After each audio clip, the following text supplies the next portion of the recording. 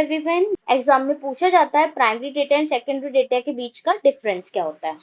तो डेफिनेशन देख लीजिए, जो मैंने आपको पहले बताया, first hand for a specific research purpose. किसी स्पेसिफिक पर्पस के लिए जब डेटा कलेक्ट किया जाता है उसे हम प्राइमरी डेटा कहते हैं। सेकेंडरी डेटा जो प्रीवियसली कलेक्ट डेटा है जिसको पब्लिश किसी और ने किया है उसे यूज करना हो गया हमारा सेकेंडरी डेटा। अब सोर्स क्या होता है? प्राइमरी डेटा का जो हमारा सोर्स है वो है डायरेक्टली कलेक्ट करना, ठीक है, ओरिजिनल डेटा हो गया क्योंकि डायरेक्टली जाके कलेक्ट कर रहे हैं। बट सेकेंडरी डेटा का सोर्स है, कहाँ से सेकेंडरी डेटा उठाते हैं?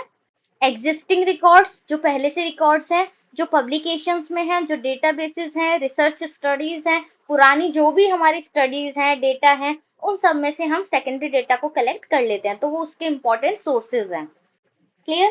कलेक्शन मेथड, प्राइमरी डेटा का कलेक्शन मेथड बहुत ही डिफिकल्ट मेथड है क्योंकि हमें जाके सर्वे करना होता है, इंटरव्यूज लेने होते हैं, ऑब्जर्वेशंस होती हैं, बहुत सारी एक्सपेरिमेंट्स करने पड़ते हैं, फील्ड रिसर्च करनी पड़ती है, तब जाके प्राइमरी डेटा कलेक्ट होता है। बट सेकेंडरी मेथड को कलेक्ट करना इजी है as compare to primary data. क्यों इजी है?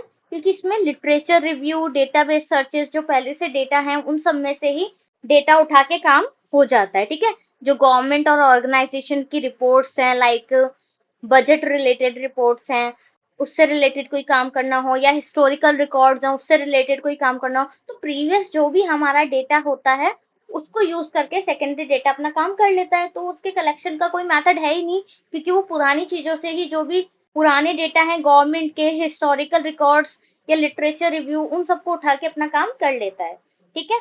तो सेकेंडरी डेटा इतनी मेहनत नहीं करता जितना प्राइमरी डेटा मेहनत करता है। अब पर्पस क्या होता है? प्राइमरी डेटा के पर्पस होता है स्पेसिफिक रिसर्च जब किसी को करनी होती है, कोई हाइपोथेसिस बनानी होती है, तो हमारा प्राइमरी डेटा काम आता है, ठीक है। लाइक मुझे अगर पॉपुलेशन का पता लगाना है तो सेकेंडरी डेटा, जो पुराना डेटा है, वो काम नहीं आएगा। प्राइमरी डेटा ही हमें कलेक्ट करना पड़ेगा, हमें एक एक पर्सन के पास जाके सेंसस करना होगा, जनगणना करनी होगी, तब जाके हमको पता चलेगा कि हमारा जो पॉपुलेशन है इंडिया का वो कितना है, ठीक है। तो पॉपुलेशन पता करने के लिए हमें प्राइमरी डेटा को कलेक्ट करना पड़ता है और सेकेंडरी डेटा वही एनालाइज करता है एग्जिस्टिंग डेटा को to support new research, to provide context. Okay, कोई भी अगर नई रिपोर्ट, नई रिसर्च करनी होती है तो सेकेंडरी डेटा के थ्रू जो एग्जिस्टिंग डेटा होता है उस रिसर्च को हम कंटिन्यू कर पाते हैं। अब एग्जांपल देखिए, primary data conducting a survey on students study habits, observing animal behaviour, natural habitat, performing controlled lab experiment, ये हमारे एग्जांपल्स हैं प्राइमरी डेटा के, कि हमें स्टूडेंट से रिलेटेड सर्वे करना है, स्टूडेंट्स की हैबिट देखनी है, स्टडी की हैबिट क्या है, एनिमल्स का बिहेवियर एनालाइज करना है। तो ये सारे जो हमारा होता है वो प्राइमरी डेटा के एग्जाम्पल हैं, ठीक है। और सेकेंडरी डेटा के एग्जाम्पल हैं using census data to study demographic trend. अगर हमें डेमोग्राफिक ट्रेंड देखना है, डेमोग्राफिक ट्रेंड क्या होता है? जिस ग्राफ के थ्रू हमें पता चलता है कि हमारा जो इंडिया की पॉपुलेशन है, कितनी फीमेल हैं, कितने मेल्स हैं, ठीक है।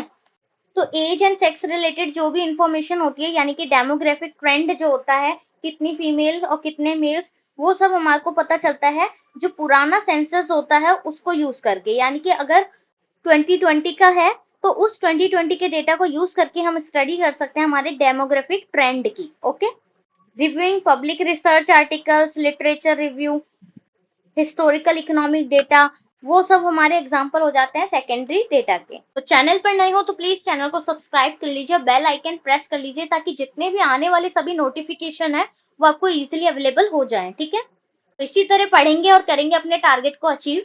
Bye bye, take care and thanks for watching.